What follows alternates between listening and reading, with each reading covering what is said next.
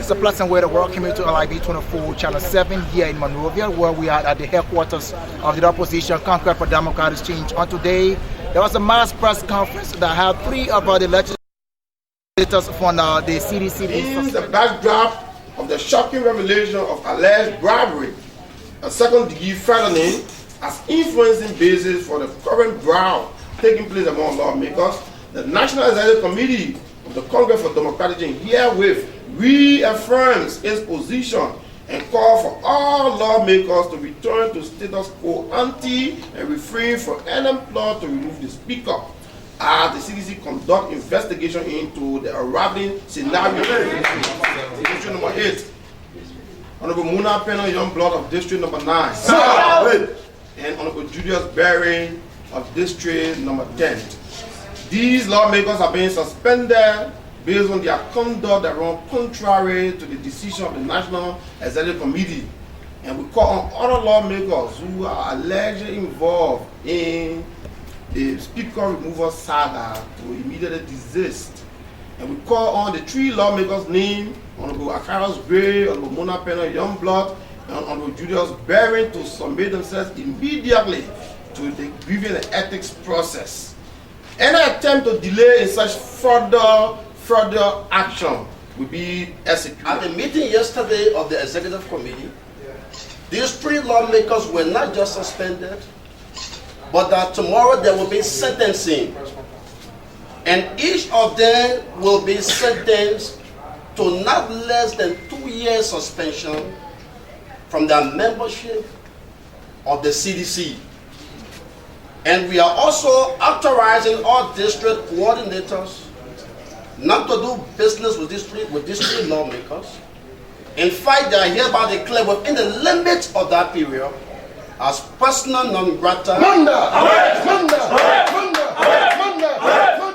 Congress for Democratic Change will not join any proxy war to benefit Madam Shirley or her cronies.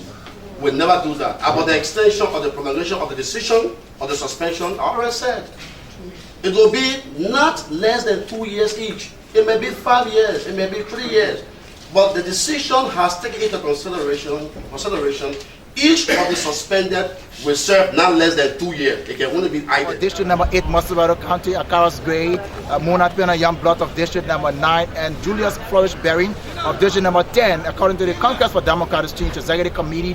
They had a meeting with these lawmakers to explain exactly what's unfolding up Capitol Hill. As you may be aware, there are some lawmakers opting to have Speaker Ellis Tyler remove a speaker, quote-unquote, on the envelope. They are receiving some brown envelope from President Ellen Johnson. They were sent there to represent the people and to conduct themselves in ways that will not deviate from the established agenda of the CDC to redeem the masses and pass laws that will affect the life of our people. We told them clearly to explain what was unraveling in Parliament about what we're hearing about a revolt against Speaker, and that the President was involved in exchanging brown envelopes to effectuate that agenda. They misled the Executive Committee. We did not rest. We also invited them again more than a month ago in the same room and discussed and debated issues about the happenings in Parliament and took a decision with the political leaders seated. And he told them that the Executive Committee has seen it fit, while we are investigating allegations of bribery, that Madam Shirley is the direct agent provocateur behind these actions. Refrain from whatever you are doing against the authority of the House until we can investigate. They left that meeting and started a path of disobedience. The party again reconvened to tell you how long we've been tolerant with this issue, and invited them here. Around 2 weeks ago or so, we told them and explained the party's position.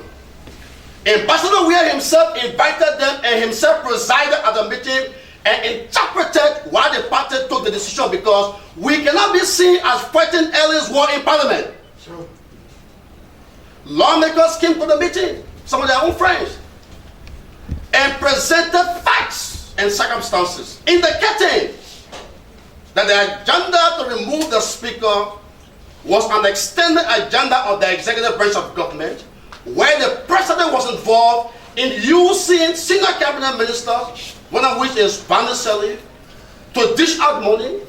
He had promised them $40,000 each, and some already received a part of that amount, and that under the next speaker's reign, they will infuse money in the budget for their re-election. And the CDC have said that, look, they do not want to be a part of such negotiation, and as such, they called on their lawmakers to make sure that they return to status quo ante. And predicated upon that, according to the CDC CDC Executive Committee, those three lawmakers, Mona Pena, Youngblood, Acarous Grade, and Electoral Julius Flourish Berrain, refused to adhere to the unfoldings, and as such, they had a mass press conference today suspending the three lawmakers for 2 years consecutively, meaning that they would not be able to contest as a CDC candidate in each of the districts they represented respectively. And so that the unfolding, this is exactly how the press conference unfolded today here at the headquarters of the CDC. The Secretary General, the man who did the R's and crossed the T's for the CDC, is John Kako. He read out the position of the Executive Committee of the CDC, followed by the Vice Chair for Operation Mobake Malud, who interpreted the statement, and this is exactly how it unfolded here today at the headquarters of the opposition, Congress for Democratic Change. So as it looks like now, those who be contesting in the various districts, the three districts, District 10, District 9, and District 8, they could be possibly on their way to the National Legislature in 2017 as it stands. Thank you very much, LIB24 Television, Channel 7, Morovia. Keep watching LIB24 TV, the best in sports, music, movies, news, among others. We are here to stay with more entertainment, education, and information. LIB24 TV, redefining broadcasting in Liberia.